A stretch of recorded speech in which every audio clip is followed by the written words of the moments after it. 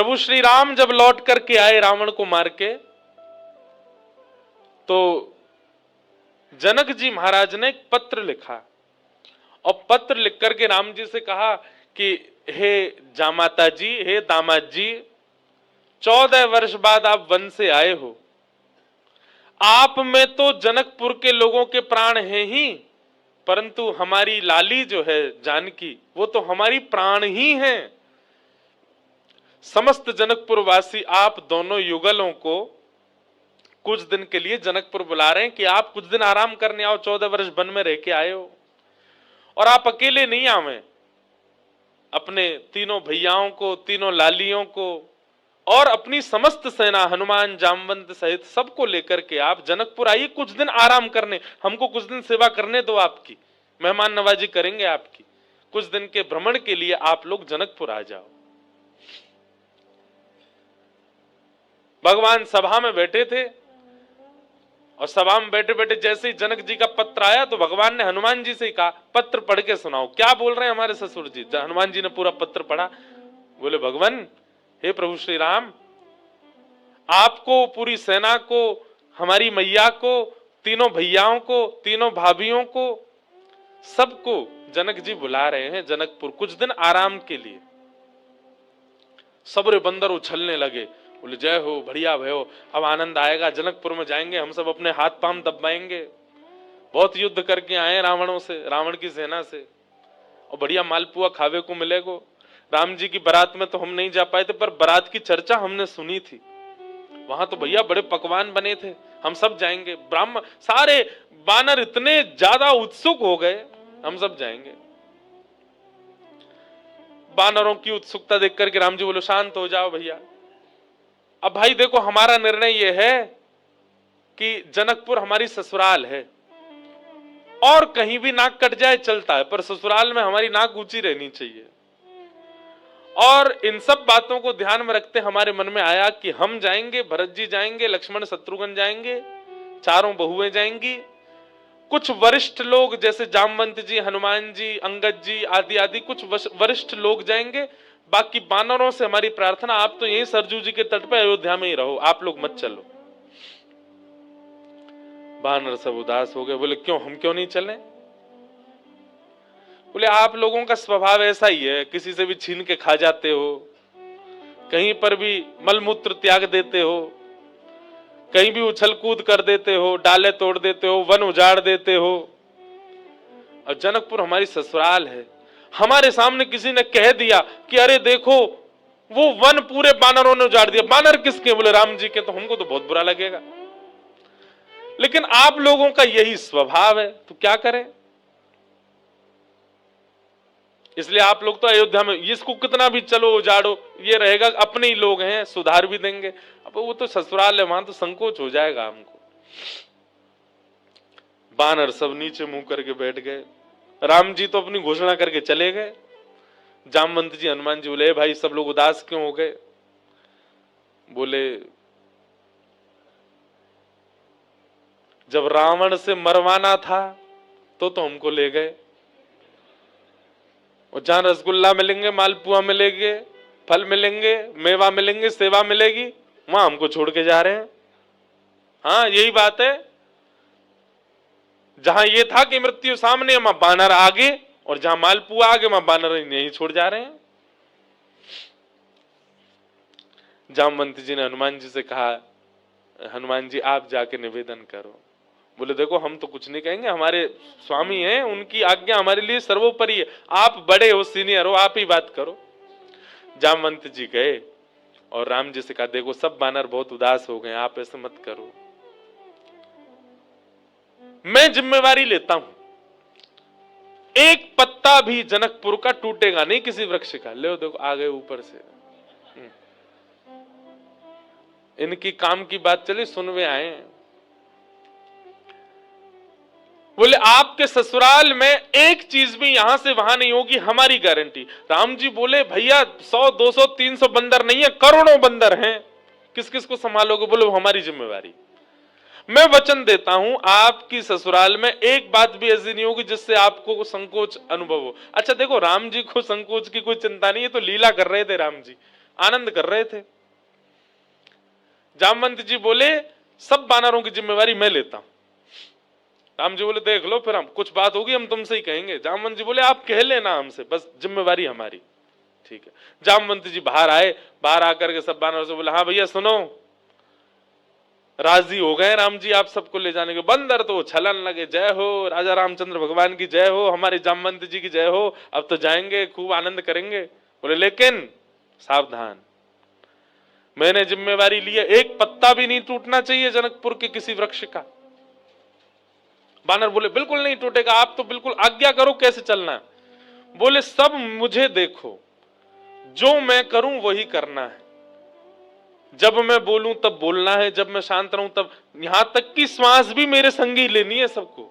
मैं जब छोड़ूं तब छोड़नी, तब लेनी तब लेनी, मैं जब मुड़ूं तब मुड़ना, मैं जब देखूं तब देखना, मैं जब सोऊं तब सोना, मैं जब खांसूं तो खांसना। बानर बोले ठीक है। राम जी बोले एक बार हमको डेमो दिखाओ। जामवंत जी खड़े हो गए, करोड़ों बंदर खड़े सामने। जामवंत जी ने अपना उल्टा हाथ उठाया, सारे बानरों ने अपना उल्टा हाथ उठाया। जैसे परेड होती है ना 26 जनवरी को, तो हमारे मिलिट्री के जवान बिल्कुल एक संग उनके हाथ पैर चलते हैं, ये हाथ पीछे तो यही हाथ पीछे जाएगा। उनको देखो कभी, उनके पैर भी बिल्कुल समय पे आगे, समय से पीछे, गर्दन भी समय से चलेगी। वैसे मिलिट्री के जवानों की तरह सब बंदर खड़े हो गए। जामवंत जी हंसे तो सबरे बंदर हंसे। जामवंत जी खांसे तो जिनको खांसी नहीं आ रही वो जबरदस्ती खांसे। खांसना ही है, जामवंत जी खांस रहे हैं। राम जी बोले चलो ठीक है, अब चलते हैं जनकपुर। आहा, जनकपुर की ओर जा रहे हैं। 14 वर्ष बाद वन से लौटने के बाद, राज्याभिषेक के बाद, राजा रामचंद्र भगवान पूरे नगर में उत्सव मनते जा रहे हैं। जहां जहां से निकलते हैं वहीं पुष्प वर्षा हो रही है, विशाल सेना राम जी की चल रही है। पर इस पूरी यात्रा का सबसे श्रेष्ठ केंद्र बिंदु, आकर्षण बिंदु था बानरों की परेड। बिल्कुल ऐसे चल रहे हैं सीधे। जामवंत जी इधर देखे तो सब बानर इधर देखे, जामवंत जी नीचे तो सब नीचे, जामवंत जी खुजा में तो सब खुजा में। जैसे ही जनकपुर में पहुंचे, राम जी की सब बलैयां लेने लगी अटारीन से, हमारे पहुना आए, हमारे जमाई राजा आए। सबके नेत्र सजल हो गए। पर पूरे जनकपुर में जैसे ही बानरों ने प्रवेश किया, आहा, बानरों की ऐसी प्रशंसा, भैया कैसे सुधरे भाई। अच्छा, जामवंत जी ने सबके काजे वस्त्र भी सिलवाए थे। सब बानर बिल्कुल बढ़िया, ऊपर को आधी बगलबंदी सी पहन के, नीचे धोती सी पहन के, टोपा से पहन के चल रहे थे। कैसे, मैं तो चिंतन करता हूं कैसे लग रहे होंगे सब। हम बंदरों के बीच में ही रहते हैं ना वृंदावन में। महाराज आरती का थाल ले लेकर के जनकपुर की सब नारियां आरती कर रही हैं, पर बानर नहीं उनकी ओर देखें भी। जब जामवंत जी देखेंगे तभी देखेंगे।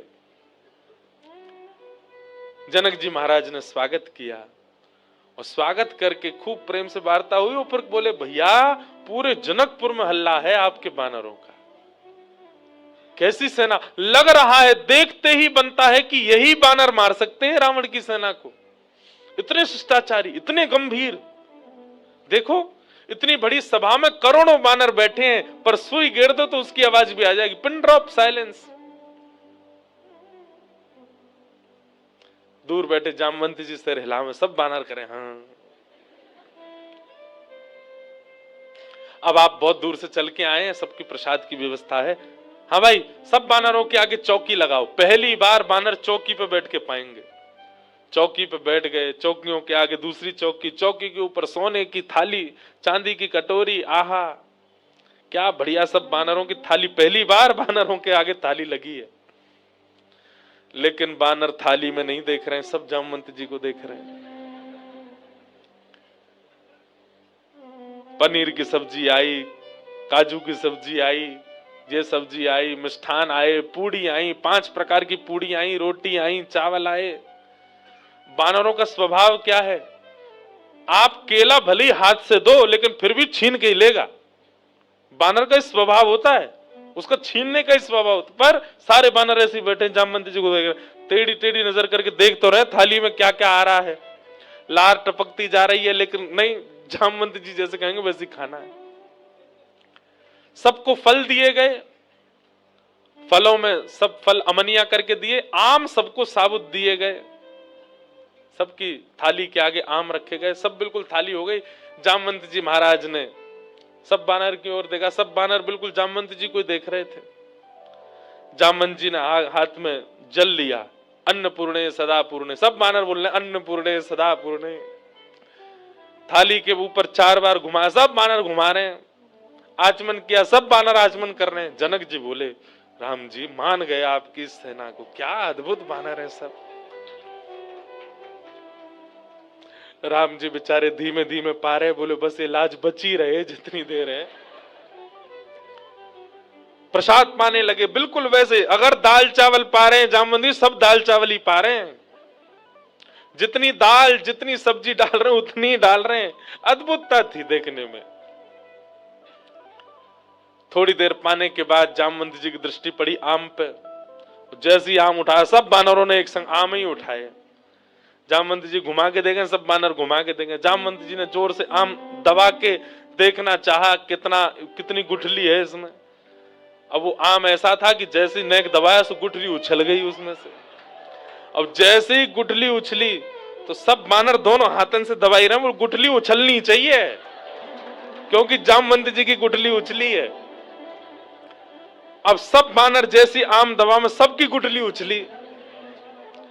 गुठली के उछलते ही जामवंत जी बोले, इन हाथों से मेघनाथ निकल के नहीं भाग पाया, इन हाथों से रावण निकल के नहीं भाग पाए, छोटी सी गुठली भाग गई।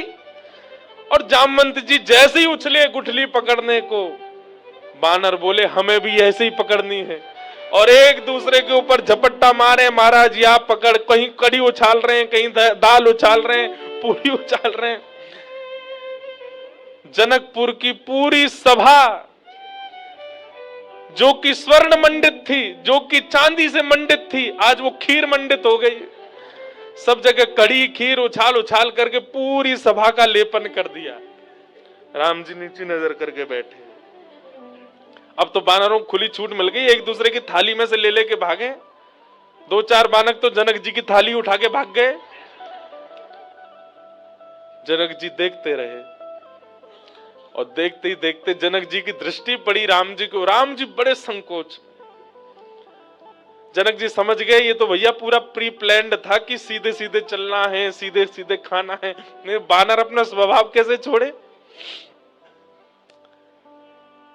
राम जी को संकोच में देख जनक जी ने उनको हृदय से लगाया, बोले हम बिल्कुल अप्रसन्न नहीं है, हमको प्रसन्नता है कि इतना आनंद हुआ आज जनकपुर में इतने दिन बाद।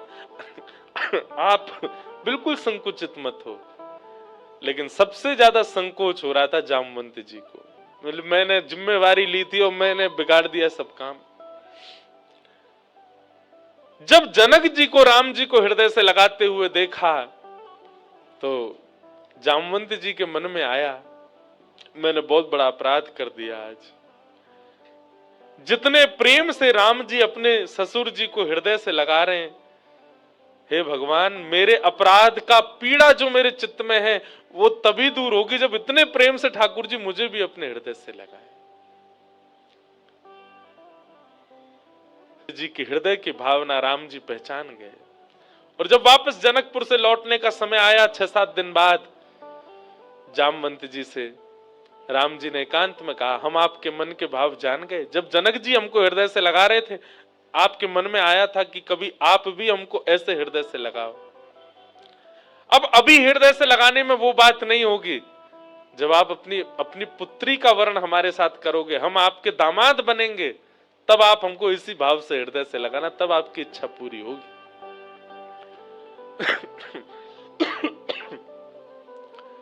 जामवंत जी को 1 युग तक प्रतीक्षा करनी पड़ी, और 1 युग बाद आज वही राम जी जब कृष्ण बनकर के आए, जामवंत जी ने अपनी पुत्री जामवती का विवाह भगवान के साथ किया। बोलो जामवती रमण भगवान की। ऐसे हमारे ठाकुर जी हैं। तीसरा विवाह भगवान का सत्यभामा के साथ में हुआ।